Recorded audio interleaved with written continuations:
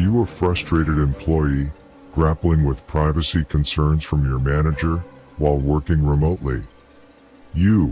Yes you, even though you don't know it, you are, or will be soon. Have you ever just felt that your manager tries to manage your life even after work hours? Tries to tell you where you can and cannot be, even though you work from home? Who should decide where home is for you? What if you feel like being wherever you want to be? How about if you have a family issue overseas and you need to be there, but your company's current policy demands that you cannot work outside the country? What if you would like to volunteer your time to help a church ministry overseas out of work hours, or whatever reason you decide to come up with? Shouldn't it be your choice? I am not talking about you not doing your job. I'm being real serious here. There comes a point where management needs to be regulated since clearly they believe they have a monopoly on you. I understand if the company gets to control you for the 10 hours per day, but they should not have a minute more than that. Clearly, this is a huge problem, and there are two ways to solve it.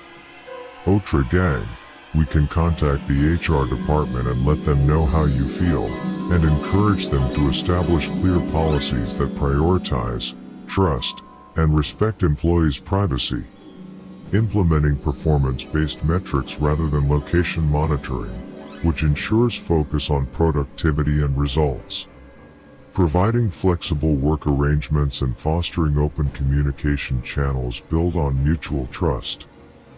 Or you can be realistic and understand that they truly do not care about you, nor your family's well-being. Again, we would never advocate not working. This is absolutely not that.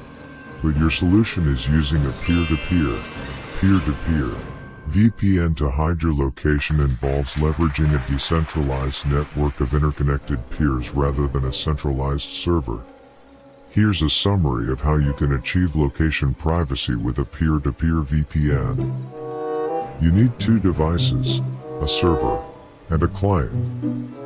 The server's job is to accept remote requests from clients once they are online. On the server device, you create the configuration for the designated clients and add the configuration to the client. Once you enable dynamic DNS, you will never lose connection to the remote network. The client, on the other hand, goes everywhere you go in the world, and you basically get the client device online, and it routes your traffic back to your home, then back to the office. The configuration from the server must be saved, and once the device is powered up, it establishes the connection with the server, and gives the illusion of the client originating where the server is. Considerations. While peer-to-peer VPNs can offer robust anonymity, be aware of potential performance variations due to the decentralized nature of the network. Also, ensure you trust the peer-to-peer VPN provider and understand their privacy policies and security practices. This is not an issue in this case, because the provider is you. In essence, this peer-to-peer VPN allows you to hide your location by redirecting all traffic from your remote location back to your home, then from your home to the office, thereby making it appear that you are actually home, making it difficult for others to pinpoint your actual geographic location. For the actual implementation, we would recommend having the server on a fairly large UPS. If you are wondering why, it's simple.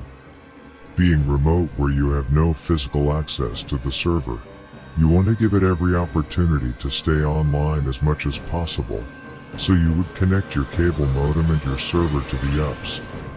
I would say acquire one that should keep your internet devices powered up for at least 2 hours. Remember, even though you may lose power at the server location, it does not mean that the internet is down.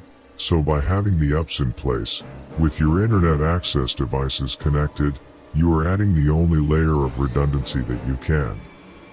If you are serious about traveling while working, just trust our guidance. You will be happy you did. From the server side, your internet access device needs to be configured firstly in bridged mode. This is where there is no routing decisions being made by your internet provider. You now connect from the cable modem WAN port to the WAN port on the server, which is basically a router with advanced routing capability. The Ethernet cable then goes in your server, and now the magic begins. You are going to tell the server router to accept remote connections from clients and give them an IP from the server. By doing this, the remote client will now appear to originate at the physical location of the server regardless of its actual location. From the client side, I would recommend using a router that is either identical or supports the same network protocols for a more stable connection. When configuring the client device, you are telling the client that once it gets online, look for the server and take an IP address from it.